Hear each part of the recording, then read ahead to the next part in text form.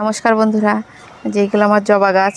তো তোমাদের বাড়ি যদি জবা গাছ থাকে তাহলে এই সময় যে সময় তোমাদের প্রচুর পরিমাণে এখন ফুল ফুটছে, তাও কিন্তু তোমরা রাসায়নিক সার খুব একটা বেশি দিও না। রাসায়নিক সার বেশি দিলে কিন্তু গাছগুলো তোমাদের ভালো থাকবে না। হয়তো সপ্তাহখানেকের জন্য খুব বেশি পরিমাণে ফুল ফুটবে, কিন্তু ফুলের পরে কিন্তু গাছগুলো খুব খারাপ হয়ে যাবে, হয়তো তারপরে ফুলগুলো বেশি ফুটবে না। আর যত তোমরা জৈব সার দিয়ে গাছগুলো করতে পারো, সেটা ফুলের সাইজগুলো বড় হবে, গাছটাও সুন্দর থাকবে। তো যে কোনো জৈব সার, তরল সার দিয়ে তোমরা গাছগুলো করতে পারো। আর যে সময় দেখবা প্রচণ্ড বৃষ্টি হচ্ছে, সেই সময় তোমরা কোনো সারই দিও না। বৃষ্টির জলেতেই প্রচুর পরিমাণে নাইট্রোজেন থাকে, তখন কি হবে, গাছে যে ফুলগুলো ফুটবে সেই সব ফুলগুলো খুব সুন্দর হয়ে ফুটবে।